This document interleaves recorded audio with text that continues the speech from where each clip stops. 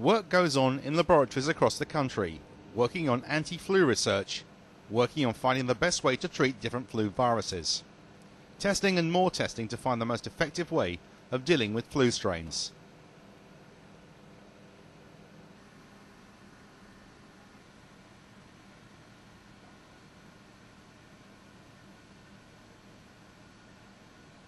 In the meantime, the British government has begun stockpiling treatments to combat the swine flu. It has set up a medical advice telephone hotline, and experts are giving the public regular briefings on the state of the disease. The government's chief medical officer spoke to the press and brought them up to speed on the latest figures.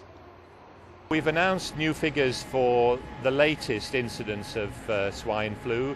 We've seen an increase this week compared to last week, but nothing like the size of the increase that we've seen over the last few weeks. So we do think there's going to be a slowing down now, although we do expect a big peak in the autumn and winter.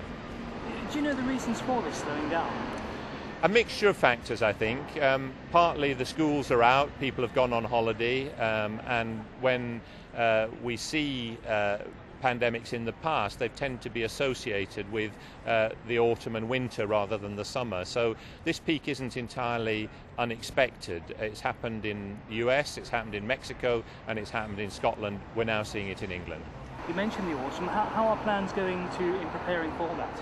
Well, a lot of our plans are already in place, although we've been working very hard in the NHS over the last few months, particularly looking at capacity of hospital beds and intensive care beds, and we'll be putting another plan out in the middle of August, which will put the finishing touches to all of those arrangements.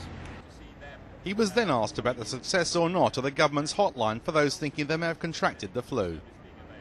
It seems to be very popular. In its initial phase, we had millions of people making hits, but some of those were from China and Chile, people who were just curious, logging on to see what was happening. But the true users of the service have got through, got their assessment and got their antivirals and seem very pleased about it.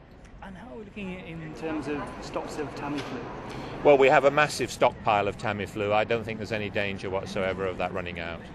So as you say, it's good news, to sum up, good news, but we're not through the woods yet. We're not through the woods, but a welcome breathing space to allow us to do a bit more planning before we hit the big surge in the autumn and winter. So the work goes on. The medical research goes on. And the government's not complacent at all for the months ahead.